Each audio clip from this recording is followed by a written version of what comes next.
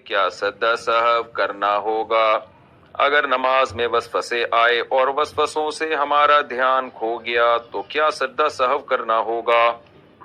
دیکھیں، وسوسوں سے دھیان کھو جائے اس سے کچھ نہیں ہوتا. غلطی ہوئی ہے کہ نہیں ہوئی ہے؟ تو غلطی ہو گئی، آپ نے نماز کے کسی رکن میں تاخیر ہو گئی یا کوئی واجب آپ سے چھوٹ گیا، تو پھر ایسی صورت میں آپ سے سجدہ سہو لازم ہوگا.